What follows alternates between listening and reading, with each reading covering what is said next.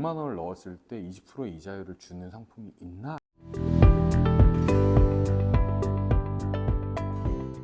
저는 그냥 아주 단순하게 생각했어요. 그러니까 오프라인 매장도 했었고 온라인도 지금 하고 있지만, 오프라인은 실질적으로 시작하기 전에 대출을 받아가지고 들어가야 되잖아요. 근데 온라인 같은 경우에는 주문이 들어오면 발주를 넣어가지고 실질적으로 돈이 필요한 시점은 매출이 나오고 난 이후부터인 것 같아요.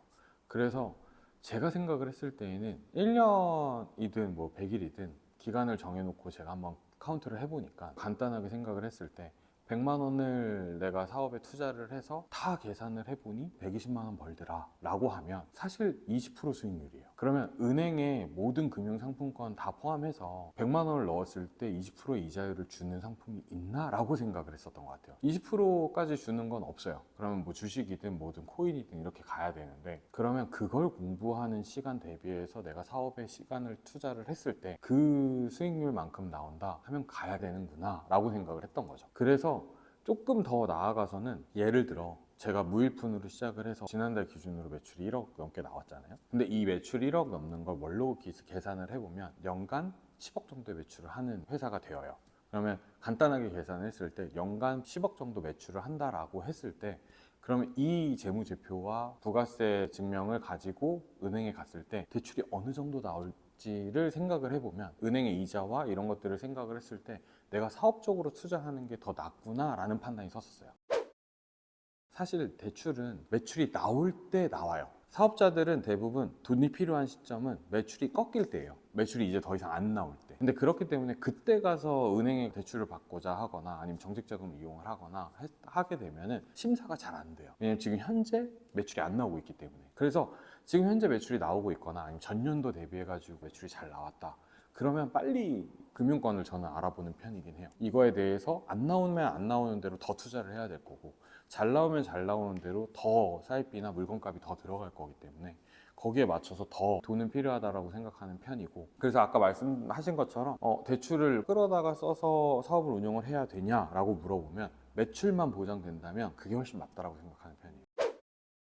저는 월 매출이 1,000만 원이 계속 평균적으로 나오는 시점이었던 것 같아요. 1분기에 대한 순이익이 얼마가 나오지? 라는 게 저는 궁금했었어요. 이거는 사업마다 다른 것 같아요. 저희 같이 의류를 하거나 이런 경우에는 한 3개월 단위로 보면 그 시즌은 다 봤다라고 생각을 하는 편이라, 그게 봄이라고 하면 여름을 생각을 할 수 있고, 여름을 기준으로 가을과 겨울을 예상할 수 있겠죠.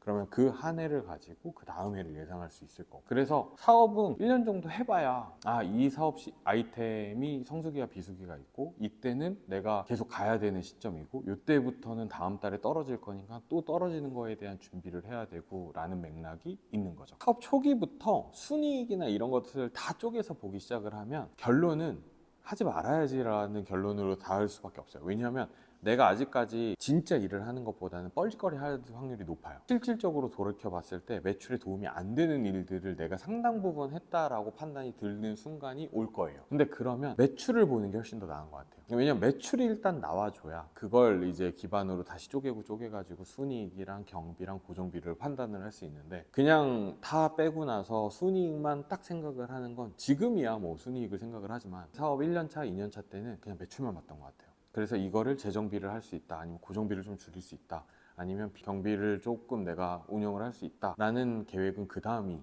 있었던 것 같고, 1,000만 원 정도 해야 아무리 못 잡아도 한 100만 원은 손에 쥐니까, 내가 직장 다닐 때 300 정도 벌었다라고 하면 1,000만 원 정도 사업을 세팅은 내가 해봤으니까, 요걸 아이템만 바꿔가지고 1,000만 원짜리 사업을 3개, 4개 이렇게 만들면 나는 그럼 순이익이 300, 400 되겠네? 라는 판단이었던 것 같고, 근데 이 사업만을 가지고 확 늘린다 라는 거는 역시나 약간은 리스크가 있지 않나 생각이 드는 편이에요. 지금은 아동복만으로도 1억이 넘다 보니, 그러면 반대로 생각이 또 드는 거죠. 아동복만 해도 1억이 넘으면 다른 사업들도 1억까지 키울 수 있는 방법의 메커니즘은 여기에서 따올 수 있겠구나. 그럼 이걸 따와가지고 이렇게 하는 와중에도 1억을 해봤으니 2억 될 것 같은데? 라는 판단에 자신감이 조금은 있는 거죠.